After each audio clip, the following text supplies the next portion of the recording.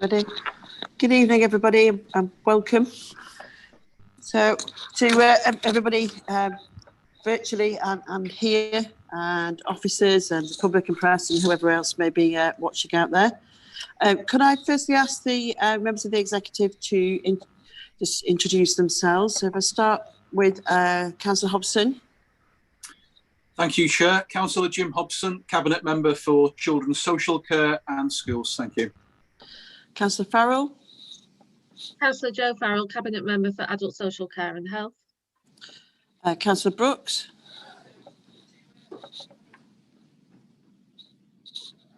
You're on mute. Sorry, Councillor Brooks, Cabinet Member for Enforcement, Public Safety, Highways and Transport. Okay, snappy little title. Councillor Campbell. Councillor Gillian Campbell, Cabinet Member for Inclusion, Youth and Transients. Councillor Smith. Thank you. Thank you, Chair. Cabinet Member, Councillor Martzer, Cabinet Member for Business, Enterprise and Job Creation. Thank you. Councillor Taylor. Councillor Ivan Taylor, Cabinet Member for Projects and Partnerships. Thank you. Councillor Hugo.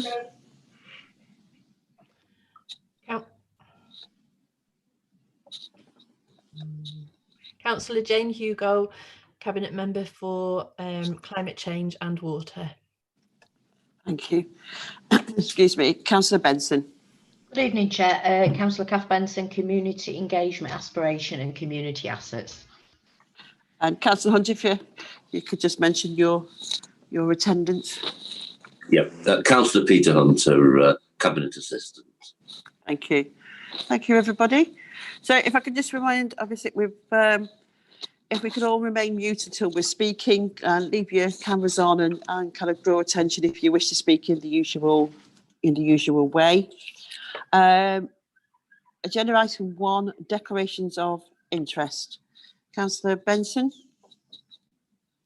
Thank you, Chair. Can I declare a DPI interest as my husband is an employee of Blackpool Transport, and that is item 5. Thank you. Nobody else? Thank you. Agenda item 2, establishment of a shareholder committee. I believe that Mark, you're going to do a general intro. Thank you. Thank you, Chair. This was an item that was referred to at the annual council meeting a couple of weeks ago, and where usually the reconstitution of the shareholder advisory board would take place, but council did recommend to the executive that to try and improve clarity and decision-making process with regard to the shareholder, and this ties in with Councillor Taylor's now role in terms of being all things companies from the shareholder perspective, that as an executive function, the executive set up a shareholder committee. So the terms of reference that are attached are based on those of the shareholder advisory board, but they also give the decision-making power for anything to do with companies that's an executive function to that committee. So the proposal is, Chair, to set that committee up under the executive with 3 members, Councillor Taylor to chair that in his role as the lead cabinet member for companies, with yourself, and also to have as a co-opted member Councillor Clapham, the deputy leader of the principal opposition group. And then the rest of the recommendations there are in linked with the terms of reference and the proposed changes. That's the background to the item, Chair. Thank you. Does there anyone have any comments? Nope.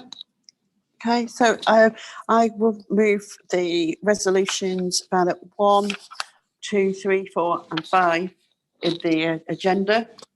And I second that, Chair.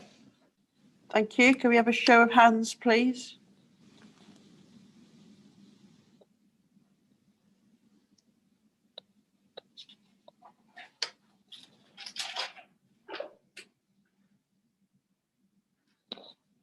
Can you hear me? Yeah. Have we voted? Chair, yes, it's just it's yourself, obviously Councillor Taylor and Councillor Smith, so that's unanimous. Because behind me. I can't see him on my screen. Sorry. I was waiting for something else to happen. That's agreed, Chair. Thank you. So, agenda item 3, provisional outturn. Steve? Thank you, Chair. This is the outturn report for the revenue and capital for 2021, which, as everybody will appreciate, was a very challenging and at times a very uncertain year. But at the end of the year, the cost of COVID to the council amounted to 3.16 million across its services. And that was mainly as a result of unclaimable sales fees and charges compensation, and an aggregate loss of 3.5 million across our wholly owned companies, which was a far better position than was forecast 12 months earlier. Appendix 4 of the report illustrates that the council received £166 million of COVID grants from central government, in addition to which there were specific grants from Department for Transport and DCMS that went directly to some of our wholly owned companies. On the downside, during last year, there were delays to some growth and prosperity schemes, but there are opportunities for them to catch up in 21-22 onwards. There was an overspend at the end of the year on children's social care, but there's evidence in the last quarter of a levelling off of that overspend.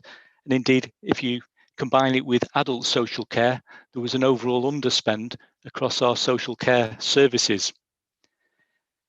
We all know it was a disappointing year in terms of collection of council tax and business rate collection, but we did take a more sensitive approach in the circumstances and in the context of the courts being closed and the moratorium on the use of bailiffs. But again, this is another area that we have some catching up to do.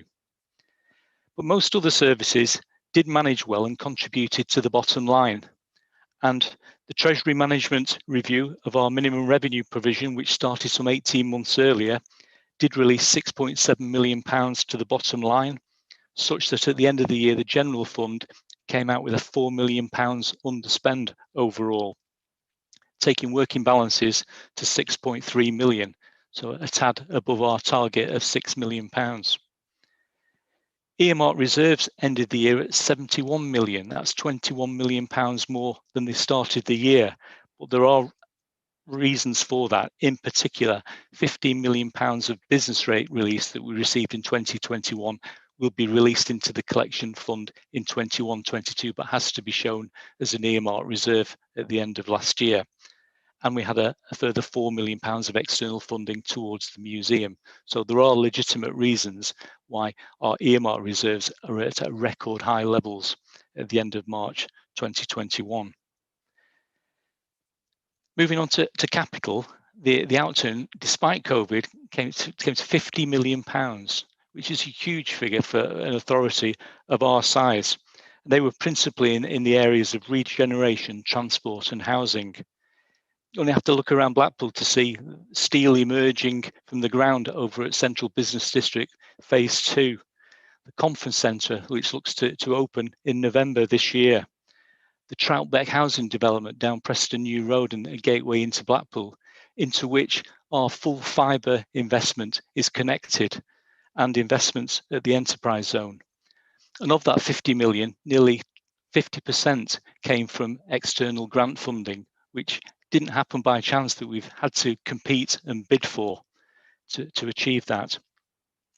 So I think in the context, it's been a remarkably successful year finance-wise, and executives are asked to note the revenue outturn, the capital outturn, the levels of reserves, and the prudential indicator showing the split between capital expenditure in general fund and the housing revenue account.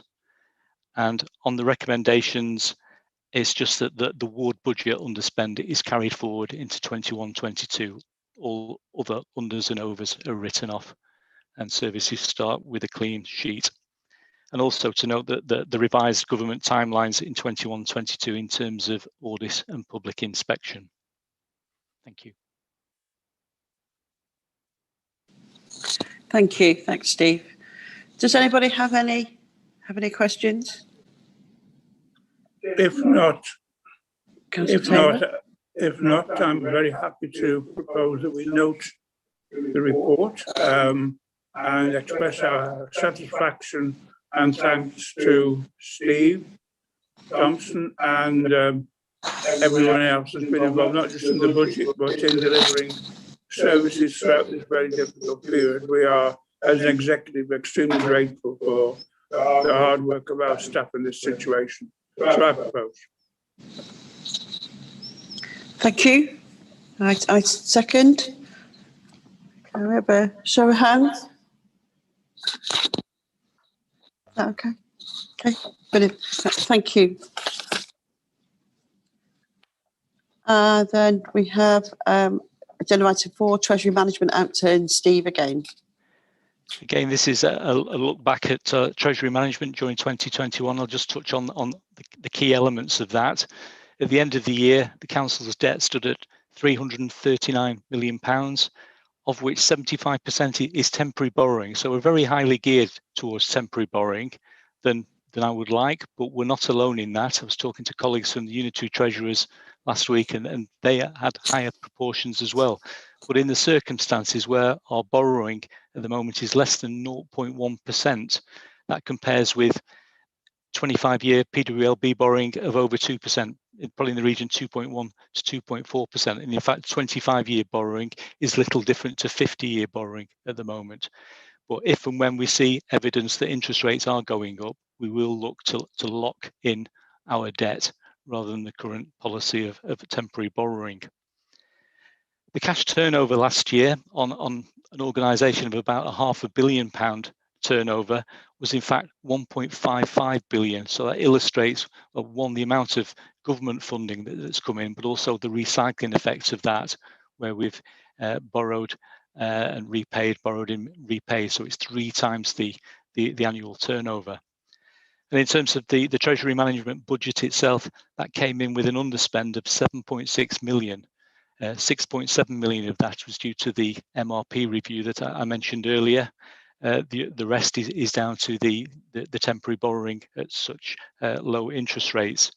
But within that, there was an overspend of £623,000 on the business loan budget. As you can appreciate, during 2021, business development and investment in the town was suspended temporarily, so we didn't get any applications of such against that. But again, that's an area that hopefully will catch up in the next few years. Right, thank you. Does anybody have any questions? Councillor Smith? Yes, Chair. Thank you, Steve. It was an interesting report, and I do like lots of figures and spreadsheets, so I found it quite interesting. Really looking at the Treasury Management report, Appendix 3 on page 61, you've got within your cash flow, you've got government grants and business rate support of 343 million within your 1.55371 figure.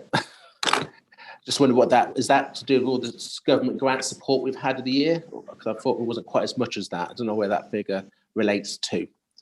You know, and I noticed you've increased borrowing. Also, question 2 has gone up this year by about just under 24 million. Is that due to the borrowing we're doing on the investments in the town centre as well? Is that where the money is being borrowed for?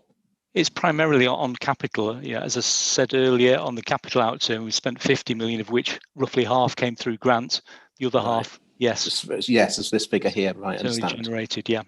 And in terms of the figure on the government grants, it also includes revenue support grants as well, and non-COVID grant support. Non-COVID grant support. Okay, yeah. Right. Okay. Thank you, Steve.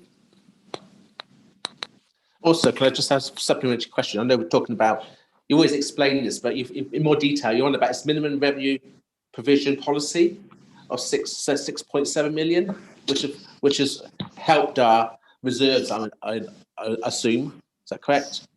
Very much so. It's bolstered our working balances in 2021 and has contributed to the budget savings target thereafter. Right. Thank you, Steve. Okay. Is there anybody else? Are we all happy with that? Okay, thanks very much for that report, Steve. So can I move the resolution to note the report concerning Treasury Management activities for the financial year ended 31st of March 2021? And I'm happy to second.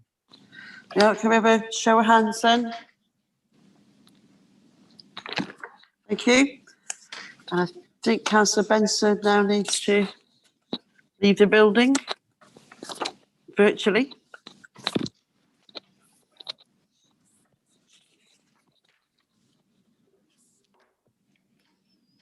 And she's gone. So agenda item 5, loan to Blackpool Transport Limited, and it's Steve again.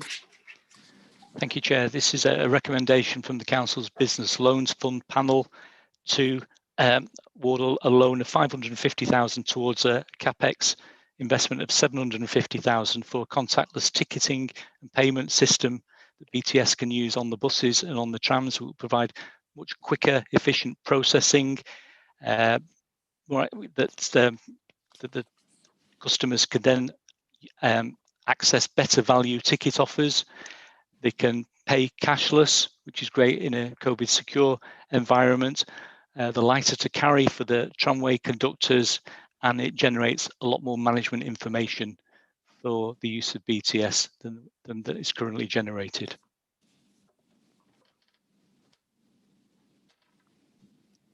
Thanks, Steve. Because I think, as we discussed earlier, it does seem it's only when you understand sort of the impact that this will have upon number of buses, frequency, quality of service, possibly lead to like lesser vehicles or more services, etc. So, it's another kind of good investment, which will hopefully make the service more, usable by our people.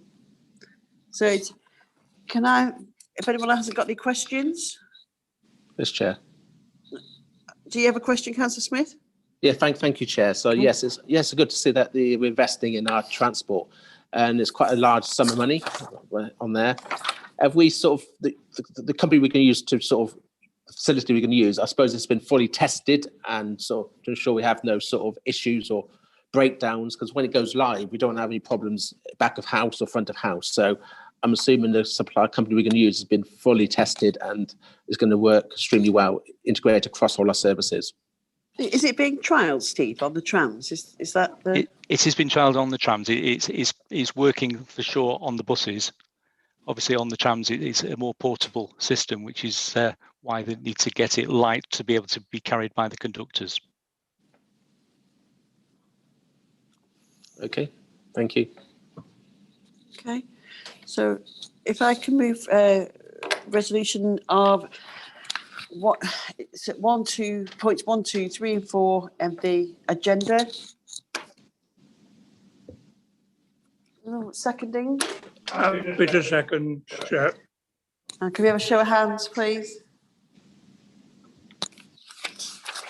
That's it. Very good. Completes the agenda for this evening. Thank you all very much. And I apologise if you've been hearing me in stereo. IT issues today.